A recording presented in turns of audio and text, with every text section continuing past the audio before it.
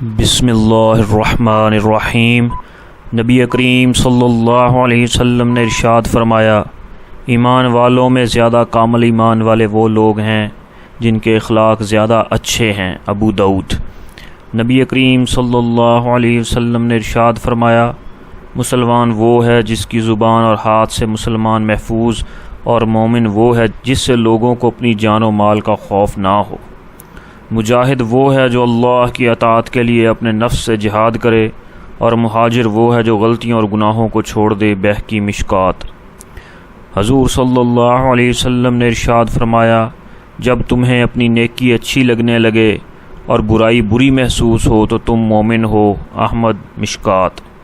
نبی کریم صلی اللہ علیہ وسلم نے ارشاد فرمایا، جب اللہ کسی آدمی سے محبت کرتا ہے تو لوگوں کے دلوں میں اس کی محبت ڈال دیتا ہے۔